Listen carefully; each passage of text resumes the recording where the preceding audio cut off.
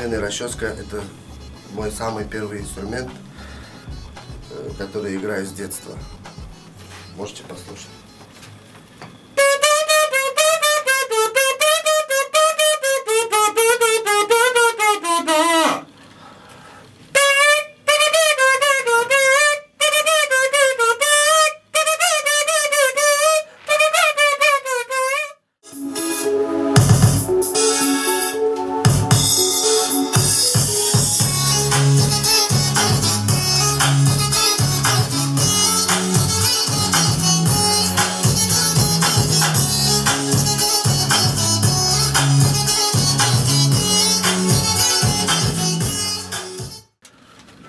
Вот такой звук получается.